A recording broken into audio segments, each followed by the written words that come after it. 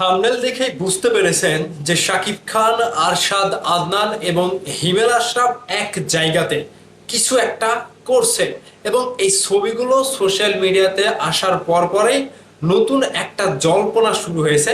তবে কি শাকিব খান, হিমেল আশরাফ এবং প্রিয়তমার প্রযোজক আরশাদ আদনান এই তিনজন মিলে ফাটাফাটি কিছু একটা করতে চলেছে? ইয়াস, আপনারা ঠিকই ধরেছেন। সাকিবিয়ানরা আপনাদের জন্য যে গরম খবরটা নিয়ে এসেছি, সোশ্যাল মিডিয়াতে সাকিব ভাই, হিমেল আশরাফ এবং আরশাদ আদনানের এই ছবিটা ঘুরে বেড়াচ্ছে। অনেকেই বলছে নতুন কিছু রান্না হচ্ছে, অনেকেই বলছে নতুন কিছু আসছে, কিন্তু এই ছবির পেছনের কাহিনীটা কি? সাকিব খান, হিমেল আশরাফ এবং আরশাদ আদনান তারা কি করেছিল, কোন মিটিংয়ে বসেছিল, কোথায় থেকে মিশনটা শুরু করতে যাচ্ছে, নতুন সিনেমার আপডেট সম্পর্কে আপনাদেরকে এই ভিডিওতে বিস্তারিত পুরোটাই জানাবো। সো পুরো ভিডিও জুড়ে সাথেই থাকবেন, আমি লিখন আছি আপনাদের সাথে। আপনারা দেখতে পেয়েছেন এই ছবিটা বেশ ভালো রকমের নিউ ইয়র্ক থেকে, আমেরিকার নিউ ইয়র্ক থেকে শাকিব খান, আদনান, হিমেলের নতুন মিশন। নিউ ইয়র্কের ছবি ঘিরে বাড়ছে জল্পনা। বিস্তারিত জানাবো, চুম্বক কাট অংশটুকু জানবেন। প্রিয়তমা ও রাজকুমার পরপর দুই সিনেমায় একসঙ্গে কাজ করে সাফল্য পেয়েছিলেন শাকিব খান। প্রযোজক আরশাদ আদনান ও পরিচালক হিমেল আশরাফ দীর্ঘ দিন ধরে গুঞ্জন এই ত্রয়ী জুটি আবার নতুন সিনেমা নিয়ে ফিরছে। সিনেমাটি 2027 সালের কোনো এক ঈদে মুক্তি পেতে পারে বলেও শোনা যাচ্ছে, তবে এখন পর্যন্ত এই বিষয়ে আনুষ্ঠানিক কোনো ঘোষণা আসেনি।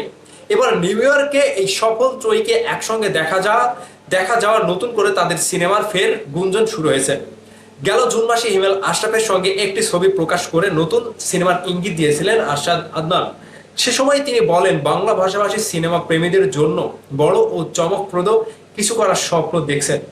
সেই স্বপ্ন বাস্তবে রূপ নেওয়ার প্রস্তুতিও শুরু হয়েছে।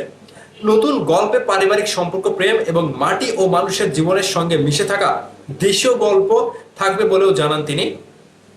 প্রযোজক পরিচালকের এমন পোস্টের পর সিনেমাটির নায়ক কে হবেন তা নিয়ে কৌতূহল তৈরি হয়।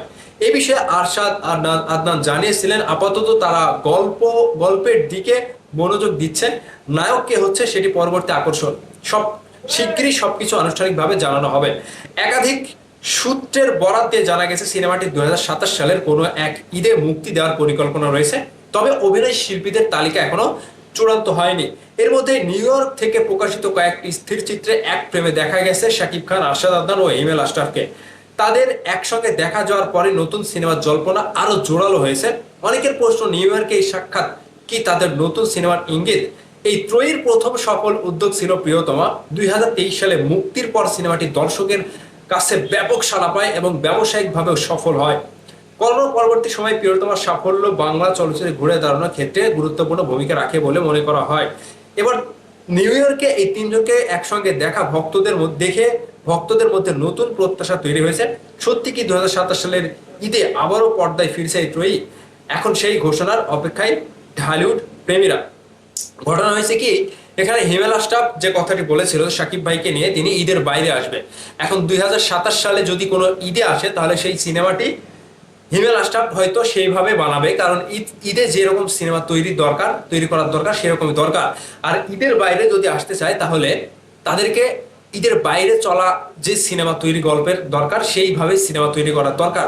এখন হিমেল আশরাফ এবং আরশাদ আদনান তারা বড় একটা চ্যালেঞ্জ গ্রহণ করছে যে প্রিয়তমা এবং রাজকুমার পরে শাকিব খানকে নিয়ে তারা কাজ করতে পারেনি। এই যে রকস্টার গিয়েছে, প্রিন্স গিয়েছে, আরো কয়েকটা সিনেমা ইন্ডাস্ট্রিতে এসেছে কয়েকটা নায়কের, কিন্তু প্রিয়তমার সাফল্যের পরে আরশাদ আদনান রাজকুমারের সেই সাফল্যটা না পেলেও শাকিব খানকে নিয়ে বড় কোনো সিনেমার ঘোষণা দিতে পারেনি।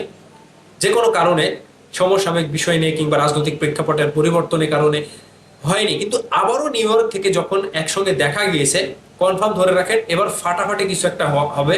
আর হিমেল আশরাফ সেরকম একটা একজন পরিচালক, তিনি খেলতে পারে, খেলা বোঝে কিভাবে খেললে সিনেমাটি হয় এবং সেভাবে তারা খেলবে। খুব শীঘ্রই এই ঘোষণাটা আমরা পাবো, খুব শীঘ্রই চলে আসবে, একটু অপেক্ষা করেন। ধন্যবাদ সবাইকে।